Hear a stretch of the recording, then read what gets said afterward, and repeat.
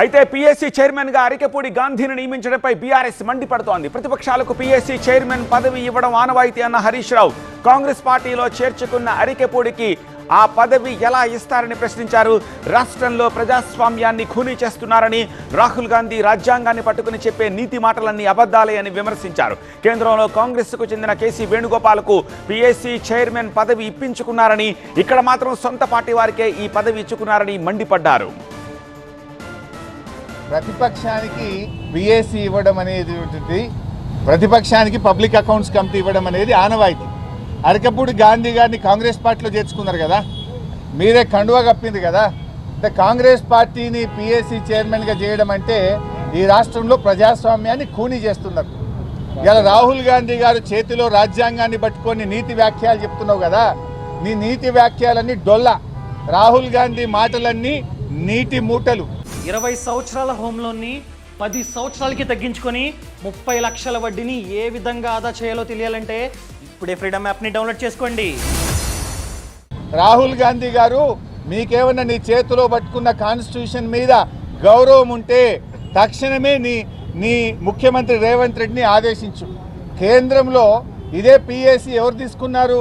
KC Venugopal. Congress party రాష్ట్రాల incharge ఎవరైతే ఉన్నారో కేసీ వేణుగోపాల్ పిఎస్సి అధ్యక్షుడు ఉన్నారు. మీరు ఎవరికి ఇచ్చిండ్రు? బీఆర్ఎస్ నుంచి కాంగ్రెస్లో చేరినటువంటి అరికెపూడి గాంధీకి పిఎస్సి ఇవ్వడం అంటే రాజ్యాంగాన్ని నిట్ట నిలువున పట్ట పగలు ఖూనీ చేయడం, ఇది రాజ్యాంగాన్ని పరిహాసం చేయడం. పీఎస్సీ చైర్మన్ పదవి కోసం గతంలో బీఆర్ఎస్ నుంచి 3 నామినేషన్లు వేశారు. అయితే అరికెపూడి గాంధీకి ఇప్పుడు పీఎస్సీ చైర్మన్గా ఆ పదవి ఇవ్వడం వివాదాలకు కారణమవుతోంది. దీనికి సంబంధించిన డీటెయిల్స్ అందించేందుకు మా ప్రతినిధి రాకేష్ ప్రస్తుతం మనకి ఫోన్ లైన్లో అందుబాటులో ఉన్నారు. రాకేష్, మాజీ మంత్రులు హరీష్ రావు, కమలాకర్ అండ్ ప్రశాంత్ రెడ్డి వీళ్ళ 3 కూడా దీనికి నామినేషన్ వేశారు కదా. అయితే పార్టీ మారిన అరికెపూడి గాంధీతో కాంగ్రెస్ నామినేషన్ వేయించడాన్ని ఇప్పుడు ఎలా చూడాల్సిన అవసరం కనిపిస్తోంది? ఆనవాయితీ ప్రకారం ప్రతిపక్షాలకు ఇవ్వడం మొదటి నుంచి వస్తున్నదే కదా. అంటే ఇది ఒక ఆనవాయితీ సాంప్రదాయం మాత్రమే, నిబంధన అయితే కాదు. కానీ మొదటి నుంచి కూడా దేశవ్యాప్తంగా అన్ని రాష్ట్రాల్లో పార్లమెంట్ లో ఎక్కడైనా కూడా ప్రతిపక్షాలకి పబ్లిక్ అకౌంట్స్ కమిటీ చైర్మన్ గా ఒక పదవిని ఇవ్వడం సాంప్రదాయంగా వస్తున్నటువంటి విషయం. దాన్ని అందరూ పాటిస్తూ వస్తున్నారు. 2014లో తెలంగాణ ఏర్పడిన తర్వాత మొదటిగా కాంగ్రెస్ పార్టీ ఎమ్మెల్యే అయినటువంటి కిష్టారెడ్డికి ఇచ్చారు. ఆయన మధ్యలో ఆయన చనిపోవడంతో ఆ తర్వాత అదే పార్టీకి సంబంధించి ప్రతిపక్ష పార్టీకి సంబంధించి గీతారెడ్డికి ఇచ్చారు. 2018లో మాత్రం ఎంఐఎంకి ఇచ్చింది బీఆర్ఎస్ పార్టీ. ఎందుకంటే అప్పుడు కాంగ్రెస్ పార్టీలో ఉన్నటువంటి ఎమ్మెల్యేలు చాలా మంది పార్టీని ఎల్పీని విలీనం చేస్తూ అసెంబ్లీలో లేఖ రాశారు. దాంతో పార్టీకి సంబంధించి 6గురికి సభ్యుల సంఖ్య పడిపోయింది. 7గురుగా ఉన్నటువంటి ఎంఐఎంకు ఆ పదవిని కట్టబెట్టారు. కానీ ప్రతిపక్షాలకే బీఆర్ఎస్ ఇస్తూ వస్తుంది. కానీ ఈసారి కూడా మొన్న జరిగినటువంటి అసెంబ్లీ సమావేశాల్లో పిఎస్సికి సంబంధించి బీఆర్ఎస్ నుంచి ఎవరైనా నామినేషన్ వేయాలని అడిగినప్పుడు టీఆర్ఎస్ పార్టీ నుంచి హరీష్ రావు నామినేషన్ వేశారు, ప్రశాంత్ రెడ్డి నామినేషన్ వేశారు, అదేవిధంగా గంగుల కమలాకర్ కూడా నామినేషన్ వేశారు.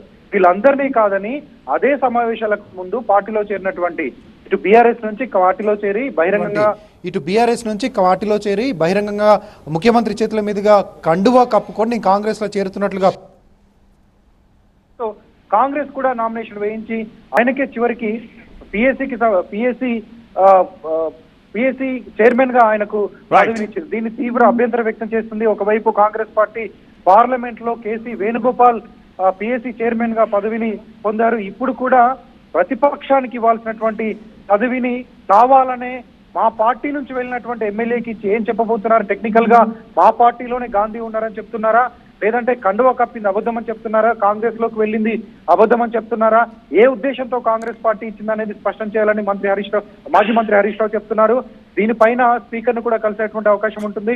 దాంతో పాటు కాంగ్రెస్ వాళ్ళు దీనిపైన ఎట్లా స్పందిస్తారని చూసి బీఆర్ఎస్ నెక్స్ట్ స్టెప్ తీసుకునే ఛాన్స్ కూడా కనిపిస్తుంది. రైట్ రాకేష్.